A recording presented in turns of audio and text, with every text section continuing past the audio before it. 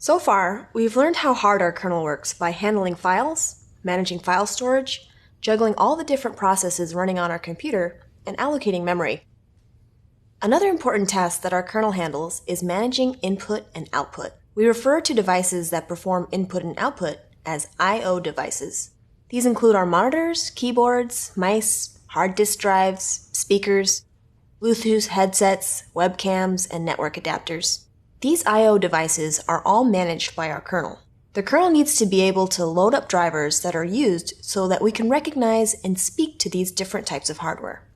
When the kernel is able to start up the drivers to communicate with hardware, it also manages the transfer of data in and out of the devices. I/O doesn't just mean the transfer of data between us and our devices. The devices also need to be able to talk to each other. Our kernel handles all the intercommunication between devices. It also figures out what the most efficient method of transfer is, and it tries its best to make sure our data doesn't have errors during process. When you're troubleshooting or solving a problem with a slow machine, it's usually some sort of hardware resource deficiency. If you don't have enough RAM, you can't load up as many processes. If you don't have enough CPU, you can't execute programs fast enough.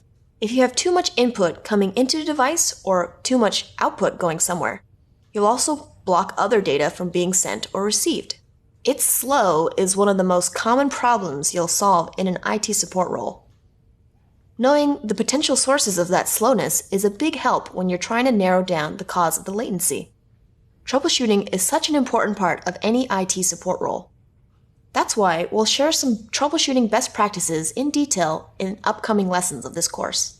Beyond desktop support, identifying the source of a resource bottleneck in a server or large IT system like a web application can unlock performance gains and new heights of responsiveness for your users.